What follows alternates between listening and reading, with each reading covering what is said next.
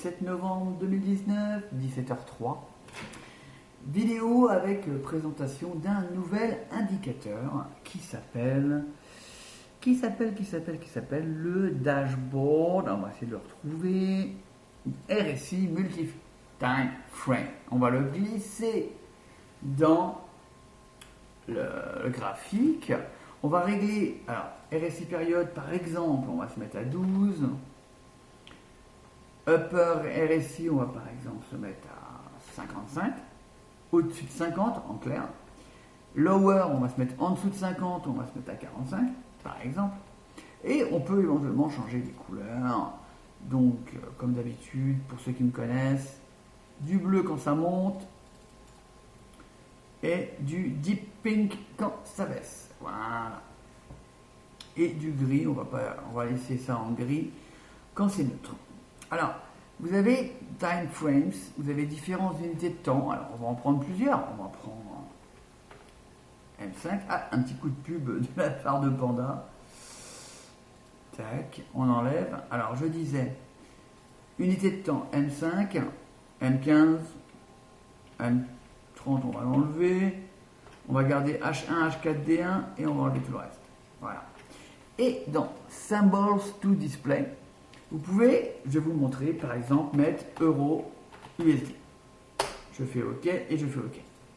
Et là, vous voyez que en 5 minutes, la tendance sur du très court terme est plutôt baissière.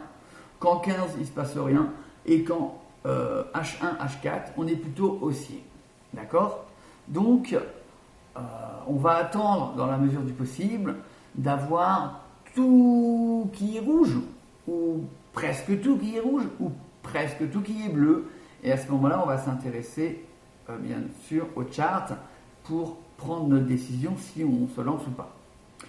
Là, il n'y en a qu'un, on est d'accord, hein, il y a juste l'euro-dollar. Mais vous pouvez en mettre jusqu'à environ 35, à peu près, hein, 35, 36, vous allez voir. Alors, je vais vous donner la liste intégrale de ce que vous allez voir dans quelques secondes. Vous aurez juste à faire un copier-coller.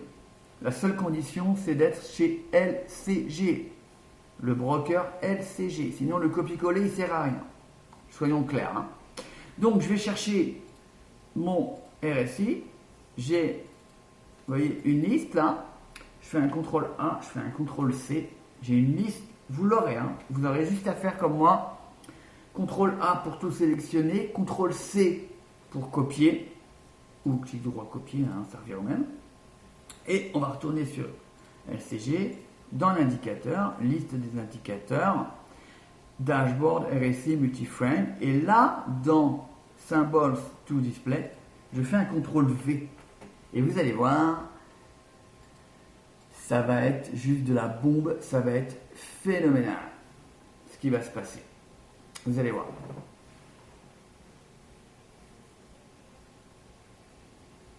Normalement. Hein.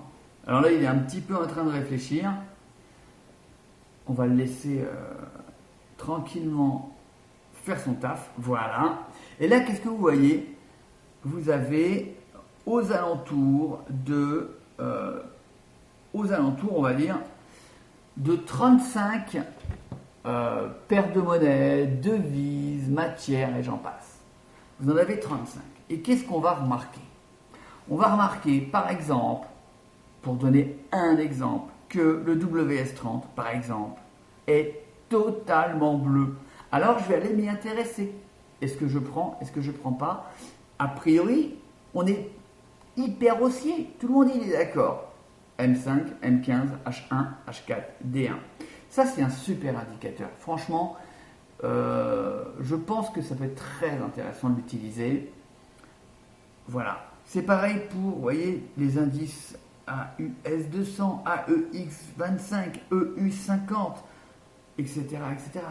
Partout où vous avez tout qui est bleu, partout où vous avez tout qui est rose, bah là c'est pas le cas, hein. Tout est bleu apparemment, ça monte, ça monte, ça monte. Vous allez vous intéresser au marché et vous regardez si ça vaut le coup de prendre ou pas. Voilà, c'est l'indicateur qui s'appelle Dashboard RSI Multi-Time Frame. Moi je l'adore, n'hésitez pas à l'utiliser franchement. Si ça vaut pas de l'or, À ce moment-là, effectivement, on pourra dire que le RSI ne sert à rien. À bientôt.